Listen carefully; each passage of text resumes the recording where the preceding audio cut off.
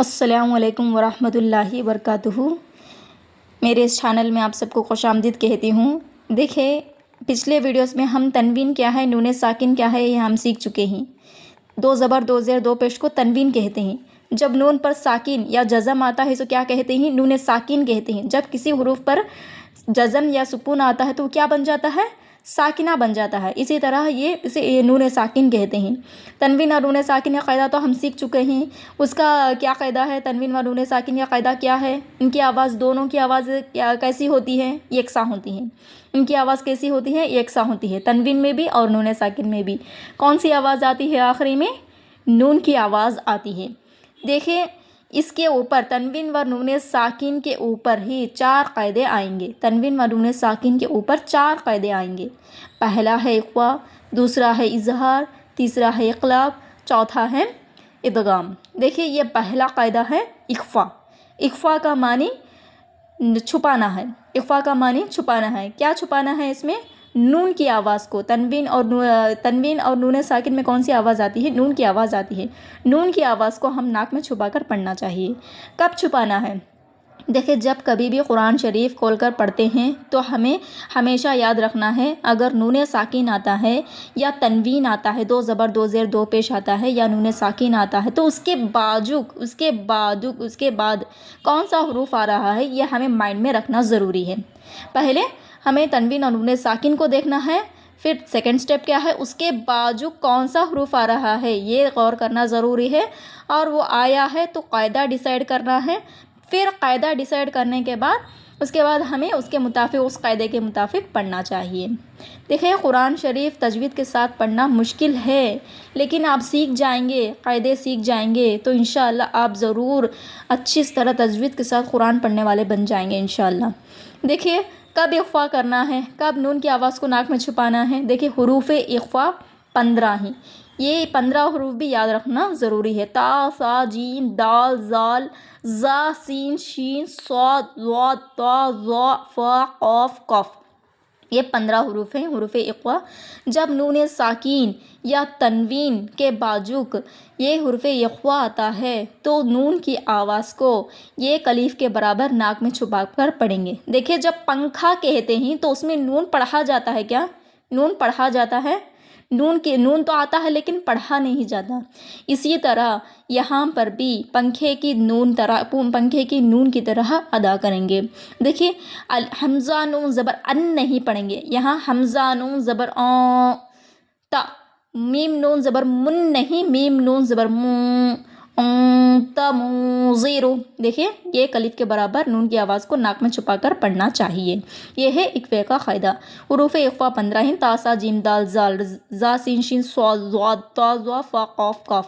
جب یہ حروف اخفا تنوین و نون ساکن کے بعد حروف اخفا آتا ہے تو نون کی آواز کو یہ الف کے برابر ناک میں چھپا کر پڑھنا چاہیے۔ دیکھیں کس طرح پڑھتے ہیں، آپ غور کریے، آبزرو کریے۔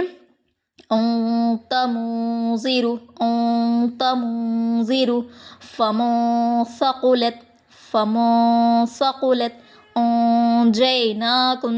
دیکھیں، ان نہیں پڑھ رہی ہوں، جیناکم عند ربہ، عند ربہ، نارا ذات۔ دیکھیں، نارن نہیں پڑھ رہی ہوں، رن نہیں پڑھ رہی ہوں، نارا ذات، نارا ذات، انزلنا، انزلنا، قولا صدیدا، قولا صدیدا۔ دیکھیں، یہاں تنوین کی آواز بالکل ادا ہو رہی ہے، ادا نہیں ہو رہی ہے، نون کی آواز یہاں نہیں ادا ہو رہی ہے، بٹ یہاں ادا ہو رہی ہے، قولا صدیدا۔ دیکھیں، صدیدا، یہاں تنوین نون کی آواز آ رہی ہے، یہاں نون کی آواز نہیں آ رہی ہے کیونکہ تنوین کے بعد سین آیا ہے، یہ سین حرف اخفا کا حروف ہے۔ قولا صدیدا، عذاب شدید، عذاب شدید، عملا صالحا، عملا صالحا، ما ضل۔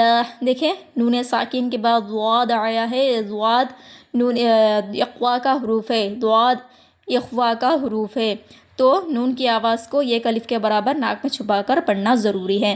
ما ضل، حلال طیبا، دیکھیں نون تنوین کے بعد تو آیا ہے حروف اقفا کا حروف، حلال طیبا، ظلا ظلیلا، دیکھیں تنوین کے بعد ضاد آیا ہے، یہ ضاد بھی اقفا کا حروف ہے، ایک الف کے برابر ناک میں نون کی آواز کو چھپا کر پڑھنا ہے، ظلا ظلیلا، ينفقون ينفقون، دیکھیں نون ساکن کے بعد فا آیا ہے، فا بھی اقفا کا حروف ہے، یہ الف کے برابر نون کی آواز کو ناک میں چھپا کر پڑھنا ضروری ہے، ينفقون ثمنا قليلا ثمنا قليلا کنتم، دیکھیں نون ساکن کے بعد قاف آیا ہے، اقفا ہو گیا ہے، نون ساکن کے بعد تا آیا ہے، اقفا ہو گیا ہے، یہاں پر بھی دونوں جگہ پر بھی ہم کیا کرنا ہے، اقفا کو ادا کر کے پڑھنا چاہیے، نون کی آواز کو ناک میں ایک الف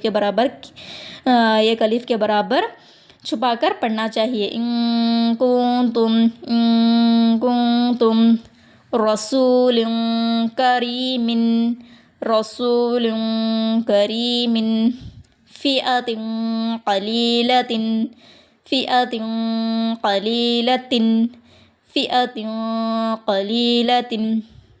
یوم ينفخ،